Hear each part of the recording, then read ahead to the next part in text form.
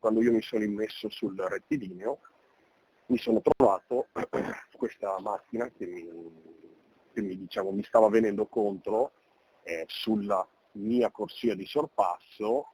A raccontare l'incubo vissuto all'alba di oggi Fabio Poser, uno degli automobilisti che stamane ha rischiato di scontrarsi contro un'auto che ha imboccato l'A27 contromano. Al volante Victor Sanders, 27 anni, giocatore della Reyer, che ha percorso una quarantina di chilometri prima di essere fermato dalla polizia stradale all'altezza di Mareno di Piave. È sempre Poser a ricostruire quei terribili minuti. Sono circa le 5:15, deve raggiungere l'aeroporto Marco Polo di Venezia, si trova sulla corsia centrale in fase di sorpasso, quando dopo una curva all'altezza di un rettilineo capisce che sta succedendo qualcosa. Ho visto dei bagliori che diciamo arrivavano dal retro della curva e poi ho capito essere gli automobilisti che davanti a noi, automobilisti e camionisti, stavano facendo delle segnalazioni con i fanali a questa persona che stava procedendo contromano.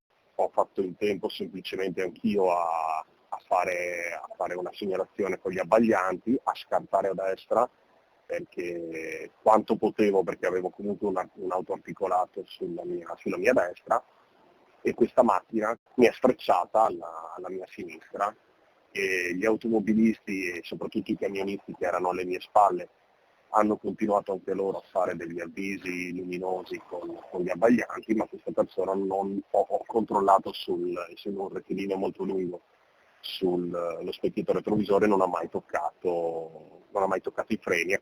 A questo punto Poser chiama la polizia stradale, mentre sui tabelloni luminosi gli altri automobilisti vengono avvisati della presenza di un mezzo contromano e invitati a fermarsi sulla destra. Solo più tardi Poser si renderà conto di aver rischiato la vita. Nonostante fosse l'alba, la sezione della guida mi ha dato una grande mano e sicuramente la fortuna è stata dalla parte mia e anche, da quanto ho potuto capire, di tutti gli altri guidatori.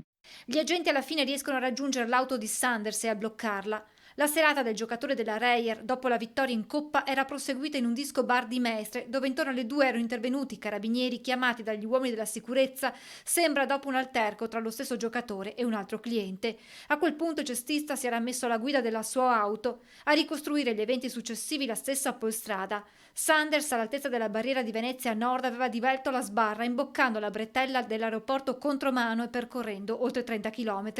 Provvidenziale e tempestivo intervento della pattuglia della Polstrada, che prima con un'azione di safety car ha bloccato il traffico fino a quando ha raggiunto la Volkswagen, affiancandola nel tentativo di fermarla. Ma l'auto ha proseguito e solo dopo essere andata contro il guardrail centrale ha arrestato la sua corsa. Gli agenti hanno proceduto alle verifiche del caso. Sanders è stato sottoposto all'alcol test risultando positivo. Per lui sono scattate una serie di sanzioni, la revoca della patente e una denuncia per guida in stato di ebbrezza, oltre alla segnalazione alla prefettura, visto che la polizia ha trovato nella sua auto alcuni grammi di sostanza stupefacente. Dura la reazione dell'umana Reyer, affidata ad un comunicato. Preso atto dei deplorevoli e gravissimi accadimenti di questa notte, si dissocia e deplora con assoluta fermezza la condotta del proprio tesserato. La società adotterà i più opportuni provvedimenti, offrendo in ogni caso la propria più ampia disponibilità e collaborazione alle autorità competenti.